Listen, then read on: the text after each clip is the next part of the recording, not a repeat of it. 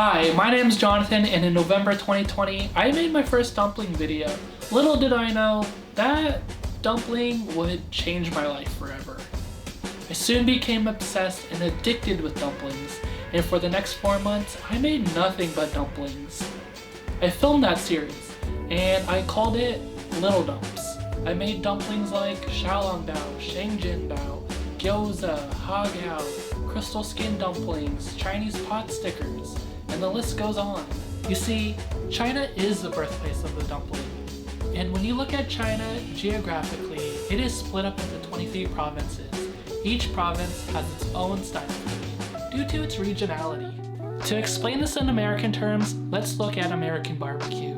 When you travel around the United States, Texas barbecue might be and will be a little bit different from the rest of the states in America. I made a good amount of dumplings in my last series, but now I'm a little bit curious on to see how are dumplings a little bit different when you look at the different regions of China.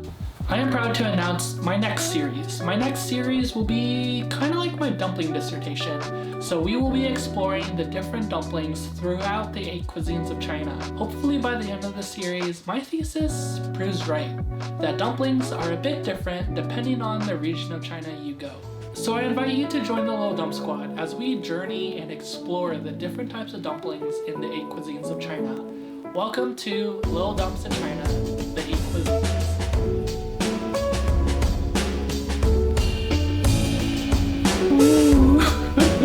The dumplings are a bit different depending on dumplings from your mom.